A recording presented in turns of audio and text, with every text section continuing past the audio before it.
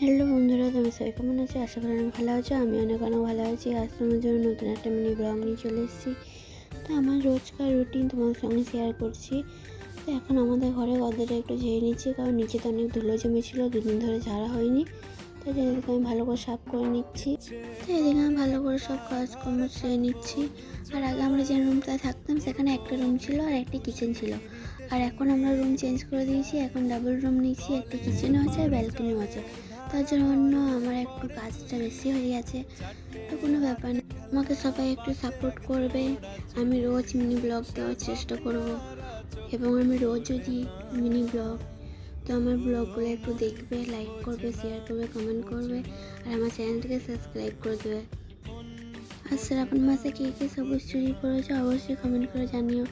আমিও পরে নিয়েছি, তোমার দাদাভাই কিনে এনে দিয়েছিল, তার জন্য পরে নিয়েছি। এদিকে আমাদের রুমটা গুছানো হয়ে গেছে, এদিকে আমি মা বাবাদের রুমটাও গুছিয়ে দিচ্ছি।